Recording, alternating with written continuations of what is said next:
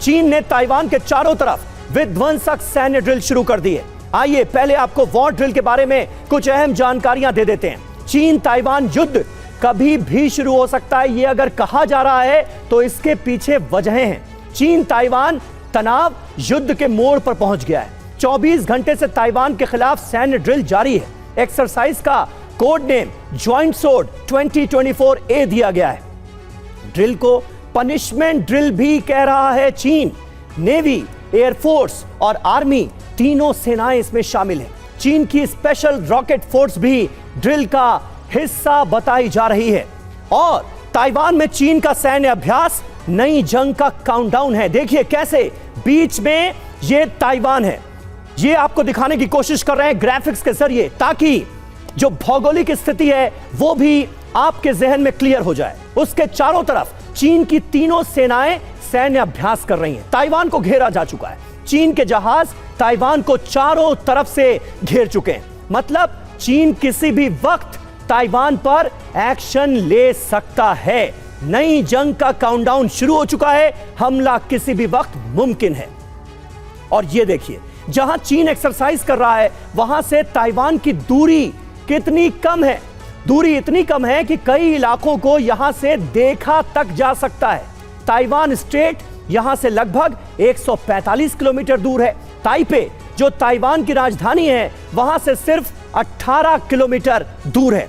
ये देखिए ग्राफिक्स के जरिए हम आपको बताने की कोशिश कर रहे हैं इन तमाम इलाकों की स्थिति। 22 किलोमीटर और 60 किलोमीटर की दूरी पर चीन के जहाज मौजूद हैं। और तो और ताइवान के ल्यूक्यू आइलैंड से सिर्फ 9.5 किलोमीटर की दूरी पर चीनी वॉरशिप देखिए कैसे वॉर ड्रिल कर रहे हैं। और इसी तरह ऑर्किड आइलैंड से 55 किलोमीटर की दूरी पर रेड आर्मी के जहाज अभ्यास कर रहे हैं। ताइवान के पिंगटुंग आइलैंड से चीनी जहाज की दूरी सिर्फ 16 किलोमीटर है। और यह इस वक्त मौजूदा स्थिति है।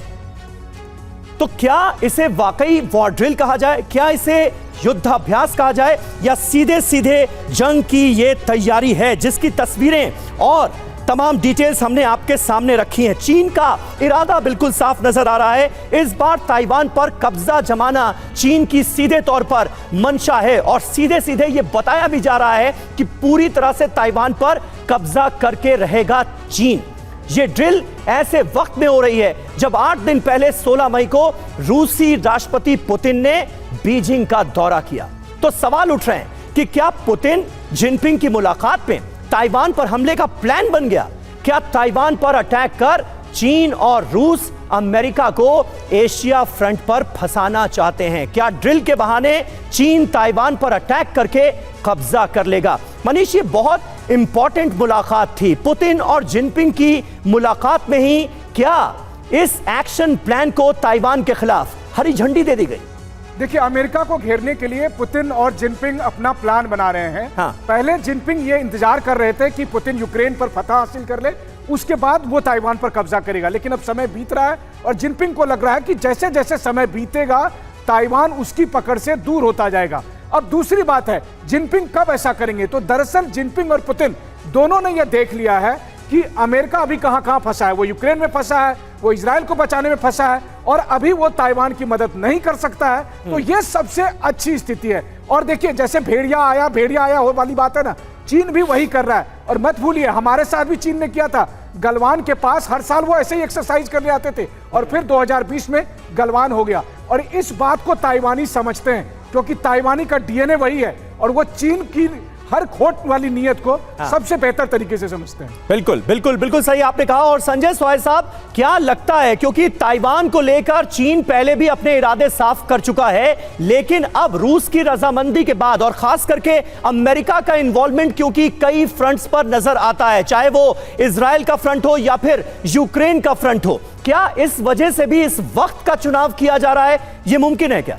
नहीं, बिल्कुल। इस समय में देखिए, एक तरफ पुतिन अभी इलेक्शन जीत के हटे, शी जिनपिंग पिछले साल जीत के हटे। दोनों इस समय में पावरफुल स्थिति में है और अमेरिका में भी इलेक्शन हो रहे हैं, उनकी अपनी डोमेस्टिक कंपल्शंस भी है। और जैसा मनीष बता रहे थे, बिल्कुल मैं भी वही कहना चाहता था कि यूक्रेन में अमेरिका काफ़ी बुरी तरह से फंस चुका है, क्योंकि रशिया अभी धीरे धीरे उनको विक्ट्री मिल रही है, उनको पॉजिटिव सफलताएं मिलती जा रही हैं।